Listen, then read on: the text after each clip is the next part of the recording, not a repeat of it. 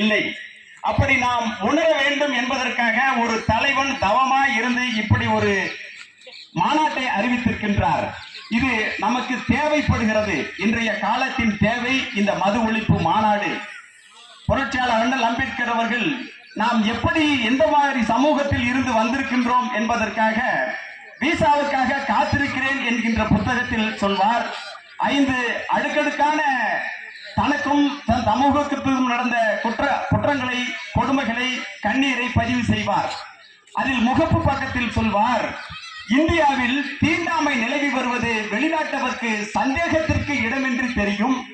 ஆனால் தீண்டாமை நிலவி வரும் பகுதிக்கு அருகில் வெளிநாட்டவர்கள் வாழாததால் அது நடைமுறையில் எத்தகைய ஒடுக்குமுறை மிக்கதாக திகழ்கிறது என்பது வெளிநாட்டவருக்கு புரியவில்லை. பெரும் எண்ணிக்கையிலான சாதி இந்துக்கள் வாழும் கிராமத்தின் விளிம்பு பகுதியில் சில எண்ணிக்கையிலான தீண்டப்படாத மக்கள் எப்படி வாழ்கிறார்கள் என்பது வெளிநாட்டவருக்கு புரியவில்லை. எப்படித்தான் அந்த கிராமத்தின் சகிக்கவே முடியாத கழிவுகளை அனுதினமும் அகற்றிவிட்டு அந்த கிராமத்தின் அனைவரின் ஏவல்களுக்கும் அடிபணிந்து உழல்கிறார்கள் என்பது வெளிநாட்டவருக்கு புரியவில்லை. எப்படித்தான் சாதி இந்துக்களின் வீட்டு வாசலில் நின்று சோறு வாங்கிவிட்டு அந்த சாதி இந்து கடைகளில் எட்ட நின்றபடி எண்ணெயும் மசாலாவும் எப்படி வாங்க முடிகிறது என்பது வெளிநாட்டவருக்கு புரியவில்லை. எல்லா வகையிலும் இந்த கிராமத்தை தனது சொந்த மண்ணாக கருதினாலும் அந்த கிராமத்தை சேர்ந்த வேறு ஒருவராலும் ஒருபோதும் நம்மை தீண்டப்படாமலும் அந்த கிராமத்தை சேர்ந்தவர்களை நாம் ஒருபோதும் புரட்சியாளர் அண்ணல் அம்பேத்கர் அவர்கள் தன் வாழ்நாளில் ஏற்பட்ட துன்பங்களை மறவாமல் அவர் நடத்திய யுத்தம் தான் இன்று நமக்கு பாதுகாப்பை தருகிறது. அந்த புத்தகத்திலே கூட அவருக்கு ஏற்பட்ட ஒரு துன்பத்தை தான் அவர் பதிவிடுகிறார். மீதி 4 பேருமே ஆசிரியர், விஏஓ, டாக்டர்கள் என்று அனுபவித்திருந்தாலும் கூட இந்த தலைவனுக்கு மட்டும் எப்படி 7 வயதில் நடந்த ஒரு கொடுமை அப்படியே நிலையாக இருக்கிறது என்றால் அதற்கு தான் தோழர்களே அவரே சொல்கிறார். ஓர் வெற்றிகரமான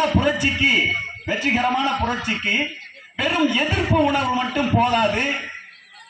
சமூக அரசியல் மற்றும் சமூக உரிமைகளை உறுதி செய்ய தேவையான அசைக்க முடியாத ஆழமான மன உறுதியுடன் கூடிய நீதி உணர்வுதான் அதற்கு அடிப்படை என்கின்றார்.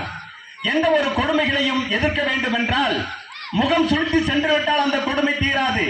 ஒரு காவல் நிலையத்தில் ஒரு எஃப்ஐஆர் பதிவு செய்து விட்டால் தீர்ந்து விடாது. ஊரில் பல பேர் சேர்ந்து அந்த கொடுமைகளை எதிர்த்து விட்டால் மீண்டும் தொடரும். ஆனால் உறுதியான நிலைப்பாடு வேண்டும். ஒரு கொடுமையை எதிர்க்க வேண்டும் என்றால் கடுமையான உறுதியான நிலைமை ஏற்பட வேண்டும் என்றால் அந்த மனதில் நீதி உணர்வு முதலில் ஏற்பட வேண்டும். அவனுக்கு ஏன் ஊர், இவனுக்கு ஏன் சேரி, அவனுக்கு ஏன் குறைந்த வருமானம், இவனுக்கு ஏன் அதிக வருமானம், அவனுக்கு ஏன் மதிப்பு, நம் மக்களுக்கு ஏன் அவமதிப்பு என்ற நீதி உணர்வு ஒரு மனதில் மிக ஆழமாக உறுதியுடன் இருந்ததால் தான் புரட்சியாளர் அண்ணல் அம்பேத்கர் அவர்கள் நமக்கு இந்த உரிமைகளை பெற்று தந்தார். மேலாடை அணியாமல் இருந்த சமூகம் இன்று அனைவரும் மேலாடை அணிந்திருக்கின்றோம். காலுக்கு செருப்பு இல்லாமல் தான் நடக்க வேண்டும் என்ற கட்டாயத்தில் வைத்திருந்த இந்த சமூகத்தில் நாம் இன்று செருப்பு அணிகிறோம் என்றால் புரட்சியாளர் அண்ணல் அம்பேத்கர் அவர்களின் உழைப்பு தான் காரணம். நம் இன்று அனுபவித்திருக்கின்ற கொண்டிருக்கும் அனைத்து உரிமைகளும் புரட்சியாளர் அண்ணல் அம்பேத்கர் அவர்கள் பெற்றுத் தந்தார். அதன் வழியில் நடத்தி கொண்டிருக்கும் எழுச்சி தமிழர் திருமாதான் இன்று நமக்கு வாழ்ந்து கொண்டிருக்கும்